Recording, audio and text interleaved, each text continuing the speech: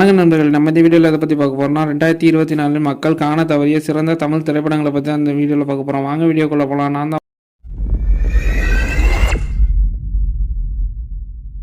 இந்த வீடியோவில் நம்ம முதலாவதாக பார்க்க போகிற திரைப்படம் கமலக்கண்ணன் இயக்கத்தில் காளி வெங்கட் அவர்கள் நடித்த திரைப்படம் தான் குரங்கு படை. இந்த படத்தோட கதை என்னென்னு பார்த்தீங்கன்னா, கோடை விடுமுறையில் சைக்கிள் ஓட்டி கற்றுக்கணும்னு நினைக்கிற ஒரு சின்ன பையன் அவங்க வீட்டில் சைக்கிள் இல்லாதனால வாடகை சைக்கிளை ஓட்டி தான் கற்றுக்கணும்னு நினைக்கிறான். அதனால் அந்த வாடகை சைக்கிளை எடுக்கிறதுக்காக வீட்லேயே சின்ன சின்ன திருட்டு வேலைகள்லாம் செய்கிறான். கடைசியில் அந்த திருட்டு வேலையில் அவன் மாட்டிக்கவும் செய்கிறான். கடைசி அதனால ஒரு பிரச்சனையும் வருது. அந்த பிரச்சனையிலேருந்து தப்பிச்சானா சைக்கிள் ஓட்டி கற்றுக்கிட்டானான்னு சொல்கிறது தான் இந்த திரைப்படம்.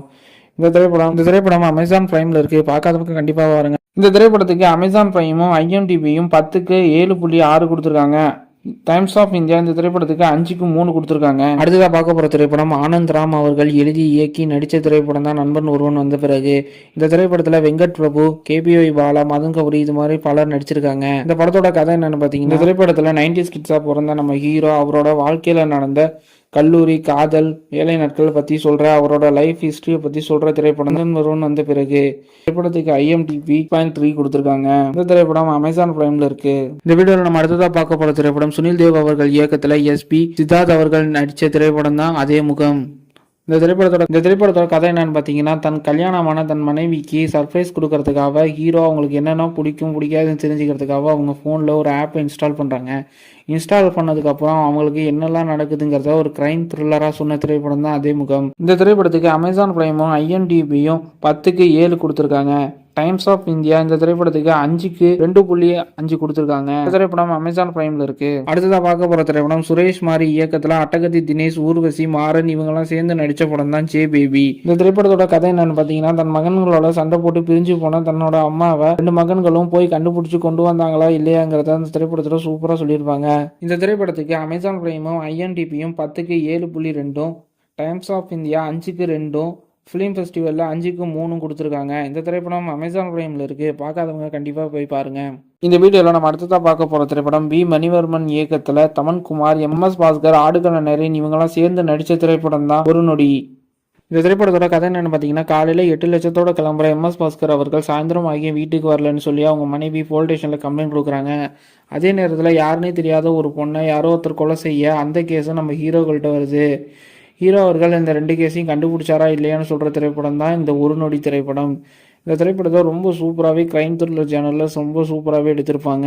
இந்த திரைப்படம் அமேசான் பிரைமில் இருக்குது. பார்க்காதவங்க கண்டிப்பாக பாருங்கள். இந்த திரைப்படத்துக்கு IMDb 10க்கு 6.8, டைம்ஸ் ஆஃப் இந்தியா இந்த திரைப்படத்துக்கு 5க்கு 3 கொடுத்துருக்காங்க.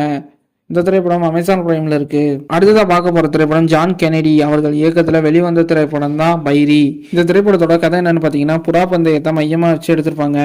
ஒரு புறா பந்தயத்தில் ஜெயிக்கிறதுக்காகவும் புறாவை வளர்க்குறதுக்காகவும் ஒரு சில பேர் எந்த எல்லைக்கு வேணாலும் போவாங்கங்கிறத இந்த திரைப்படத்தில் ரொம்ப ராவாக காமிச்சிருப்பாங்க. இந்த திரைப்படத்துக்கு அமேசான் பிரைமும் IMDbயும் 10க்கு 7 கொடுத்துருக்காங்க. டைம்ஸ் ஆஃப் இந்தியா இந்த திரைப்படத்துக்கு 5க்கு 3 கொடுத்துருக்காங்க.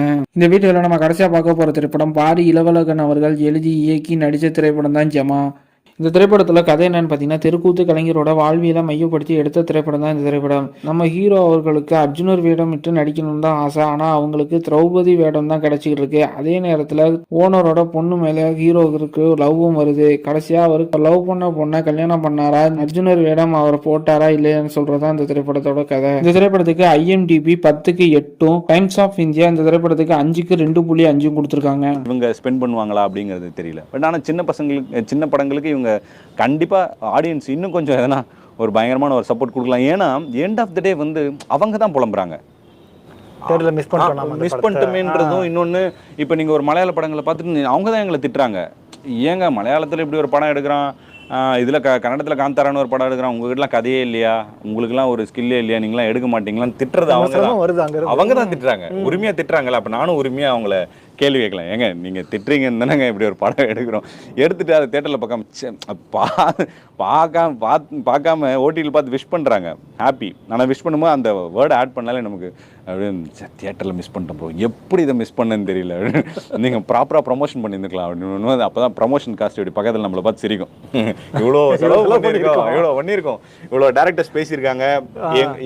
இந்த படத்துக்கு என் ஸ்கேலுக்கு என்ன பண்ண முடியுமோ அந்த ப்ரமோஷன்ஸ் தான் பண்ணுறோம். ஆனால் நீங்கள் ஒரு பெரிய படத்துக்கு தேடி போகிறீங்க, வெயிட் பண்ணுறீங்க, அப்டேட் கொடுன்னு ப்ரொடியூசரை திட்டுறீங்க, மேனேஜரை திட்டுறீங்க, எல்லாரையும் திட்டுறீங்க. ஆனால் அதே மாதிரி சின்ன படங்களை போய் தேடுறீங்களா? கிடையவே கிடையாது. அது வந்துச்சுன்னா அப்படியே நெக்லெக்ட் பண்ணி போயிடுறது இருக்குல்ல.